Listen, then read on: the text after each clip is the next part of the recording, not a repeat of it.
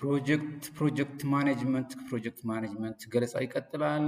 ዛሬ ደግሞ የምናየው የፕሮጀክት ምደባን ነው።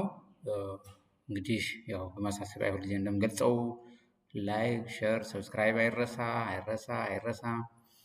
ዛሬ ፕሮጀክት ምደባን እንግዲህ ዘርዘር አድርገን እናያለን። ብዙ አይነት ምደባዎች አሉት ፕሮጀክት ወይም ክላሲፊኬሽን ኦፍ ፕሮጀክት የሚባለውን የመጀመሪያው ከኢንቨስትመንቱ አኳያ የሚታየው የምደባ አይነት ነው። ይህንን መሰረት አድርጎ የፕሮጀክት ሲመደብ አንደኛው የአዲስ ፕሮጀክት ነው ወይም በቃ ከዚህ በፊት ያልነበረ ስራ ለመስራት ወይም የሆነ ውጤትን ለማስመዝገብ የሚዘጋጅ ወይም ዲዛይን የሚደረግ ፕሮጀክት ማለት ነው። አዲስ ፕሮጀክት ኒው ፕሮጀክት የምንለው ማለት ነው። ይሄ እንግዲህ አዲስ ስራ፣ አዲስ ምርት፣ አዲስ ውጤት ሊሆን ይችላል በዚህ ፕሮጀክት እንዲገኝ የሚፈልገው።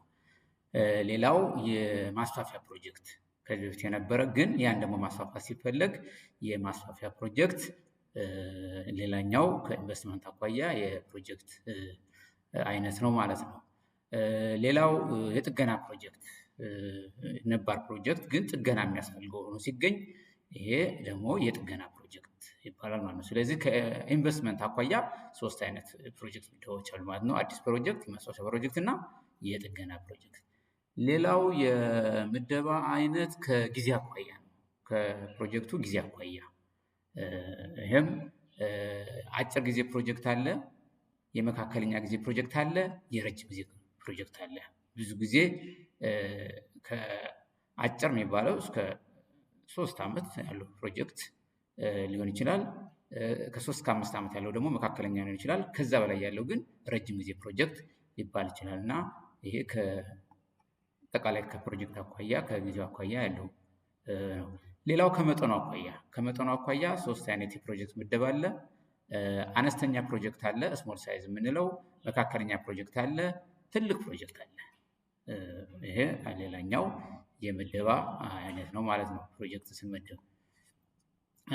ሌላው የፕሮጀክት ከሚያመነጨው ወይም ከሚያስገኘው ውጤት አኳያ ፕሮጀክት በሌላ መልኩ ይመደባል። ከሚያመነጨው ወይም ከሚያስገኘው ውጤት አኳያ አንደኛው ምርት የሚያመርት ፕሮጀክት ወይም ምርት ፕሮዳክት የሚያስገኝ ፕሮጀክት ነው። ይሄ ፋብሪካ ሊሆን ይችላል። የሆነ በቃ አንድ ምርትን ታንጀብል የሆነ ምርት የሚያስገኝ ፕሮጀክት ማለት ነው። ሌላኛው የአገልግሎት ፕሮጀክት፣ አገልግሎት የሚያቀርብ ሰርቪስ ላይ የሚሰራ ፕሮጀክት፣ ይሄም አንደኛው የምደባ አይነት ነው። ሌላው እውቀት የሚያመነጭ ጥናትና ምርምር ሊሆን ይችላል እና በዚህ መልኩ አዳዲስ እውቀት የሚያመነጭ የፕሮጀክት አይነት ነው። ይሄኛውም ሌላኛው የምደባ አይነት ነው ማለት ነው። ሌላው የመረጃ የሚያመነጭ ኢንፎርሜሽን የሚሰጥ ፕሮጀክት፣ ይህም ከአጠቃላይ ከሚያመነጩት ወይም ከሚያስገኙ ውጤት አኳያ የፕሮጀክት ምደባ ነው ማለት ነው። ሌላው ከሚጠቀሙበት ቴክኖሎጂ አኳያ አንደኛው ምደባ የሰው ኃይል ተኮር፣ በብዛት በሰው ኃይል የሚሰራ የሰው ጉልበት የሚጠይቅ ሌበር ኢንቴንሲቭ የሚባለው ማለት ነው። ይሄ አንደኛው የፕሮጀክት አይነት ነው። ሌላው ደግሞ ካፒታል ኢንቴንሲቭ፣ በጣም ካፒታል ኢንቴንሲቭ የሆነ ፕሮጀክት በቴክኖሎጂ ካፒታል ላይ ሞር ፎከስ የሚያደርግ ከፍተኛ ካፒታል የሚጠይቅ ማለት ነው እና ይሄኛውም ሌላኛው ምደባ ነው። ሌላው በኃይል የሚጠይቅ ፕሮጀክት፣ ኢነርጂ ተኮር የሆነ ፕሮጀክት ነው። እነዚህ ከሚጠቀመው ቴክኖሎጂ አኳያ ሌበር ኢንቴንሲቭ፣ ካፒታል ኢንቴንሲቭ እና ኢነርጂ ኦሪየንትድ የሚባሉት አይነት ፕሮጀክት ማለት ነው። ሌላው ከዘርፍ ወይም ከሴክተር አኳያ የተለያዩ ፕሮጀክት ምደባዎች ይኖራሉ። የግብርና ቴክኖሎጂ አለ፣ የትምህርት ፕሮጀክት አለ፣ የጤና ፕሮጀክት አለ። ሌሎች ሴክተሮች እንደየሴክተሩ ባህሪ ደግሞ ከዘርፍ አኳያ ፕሮጀክት ሊመደብ ይችላል ማለት ነው። ሌላው በዓላማ እና በዓላማና በአሰራር ግልፀኝነት ዙሪያ ላይ ወይም በዘዴው እና በዓላማው ግልፀኝነት ዙሪያ ላይ ፕሮጀክት በተለያየ መንገድ ይመደባል። የመጀመሪያው ታይፕ 1 ፕሮጀክት የሚባለው ወይም ፕሮጀክት 1 የሚባለው ታይፕ 1 ፕሮጀክት የሚባለው ዓላማውም ሜተዱም ግልጽ ሆኖ የተቀመጠ ማለት ነው። ዓላማውም የስራ ዘዴውም በግልጽ የተቀመጠ፣ ይሄ ጎሉ ሜተዱን ዲፋይን የተደረገ ፕሮጀክት ነው ማለት ነው። ይሄኛው ታይፕ 1 ፕሮጀክት ነው። ሌላው ደግሞ አይነቱ ወይም ታፕቱ ፕሮጀክት የምንለው ዓላማው ግልጽ የሆነ ግን ሜተዱ ግልጽ ያልሆነ ዓላማው ግልጽ የሆነ ግን ሜተዱ ግልጽ ያልሆነ የፕሮጀክት አይነት ነው ማለት ነው። ግልጽ ነው ጎሉ ግልጽ ነው፣ ሜተዱ ግን ግልጽ አይደለም እና ይሄ ታይፕ ቱ ፕሮጀክት ይባላል ማለት ነው።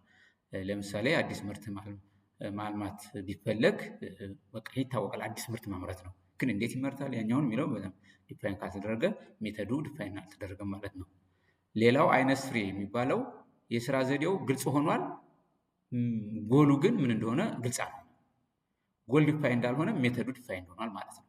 ይሄ ደግሞ ሌላኛው የፕሮጀክት ምደባ አይነት ነው ማለት ነው። ይሄኛው አንዱ የፕሮጀክት ምደባ አይነት ነው። ስለዚህ ከዓላማና ዘዴ ግልጸኝነትና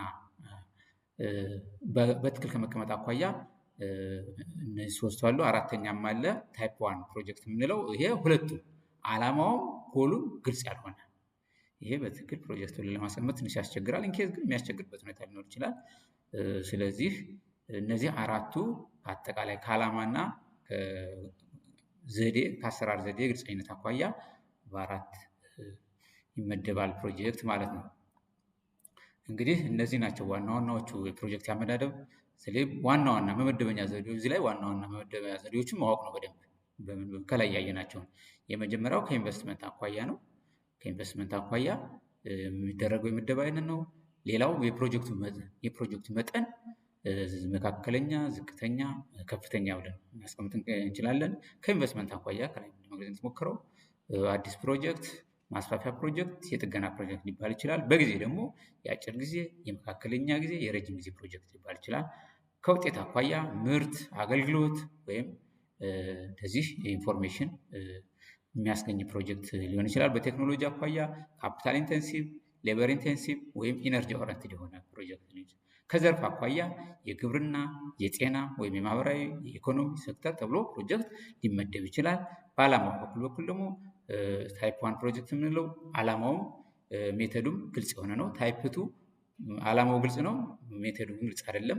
ታይፕ ስሪ ዓላማው ግልጽ አይደለም፣ ሜተዱ ግልጽ ነው። ታይፕ ፎር ግን ሁለቱም ግልጽ ያልሆኑ ናቸው እና እነዚህን ይመስላሉ የፕሮጀክት አመዳደብ። እነዚህ ነው የሚመደበው። እነዚህ መሰረት አድርገን ነው እንግዲህ ፕሮጀክታችን በየትኛው ዘርፍ ነው የሚመደበው የሚለውን እናስቀምጠው። ፕሮጀክት ወደፊት ዲዛይን ስናደርግ ይሄን ይመስላል የዛሬው ገለጻዬ። ያው ላይክ፣ ሰብስክራይብ፣ ሼር ግን ያው እየተረሳ ነው። ይህችን አትርሱ፣ ተባበሩ። ያላችሁበት ሰላማችሁ ይብዛ። ደህና ቆዩ።